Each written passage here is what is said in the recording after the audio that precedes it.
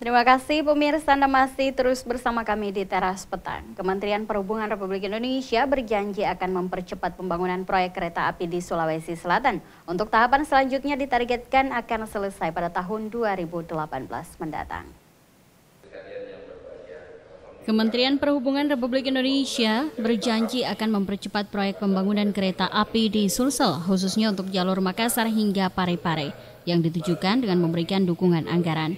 Direktur Keselamatan dan Teknik Sarana Direktorat Jenderal Perkeretaapian Departemen Perhubungan, Hermanto Duyatmoko mengatakan, hingga saat ini untuk proyek kereta api di Sulsel telah dianggarkan 971 miliar rupiah dan selanjutnya akan dianggarkan pada APBN perubahan senilai 710 miliar rupiah.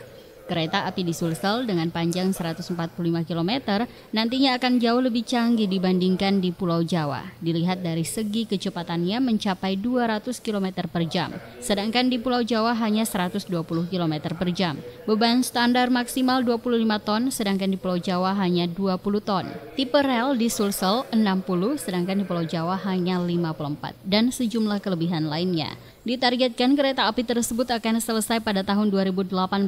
Rangka rel akan didatangkan ke Sulsel pada bulan September ini, sedangkan keretanya akan datang paling tidak 2 hingga 3 tahun ke depan. September Oktober datang dari Cina, sudah lelang, sedang kontrak mungkin dalam waktu dekat, kemudian akan datang sini, kami kirim sini, sebagian akan datang September Oktober. Dan pemasangan relnya rampung akhir tahun Untuk 30 km ya.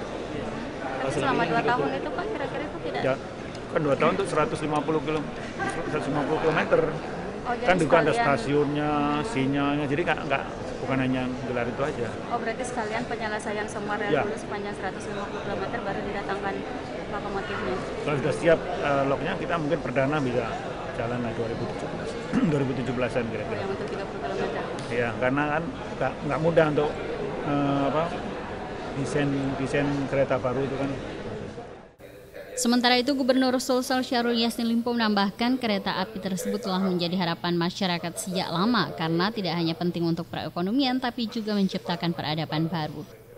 Sulawesi Selatan, terutama mulai dari Bone, Bulukumba sampai Parepare dan Pindrang, untuk memanfaatkan ruangnya pemerintah pusat buat untuk kita bisa lakukan program perkereta apian lebih baik.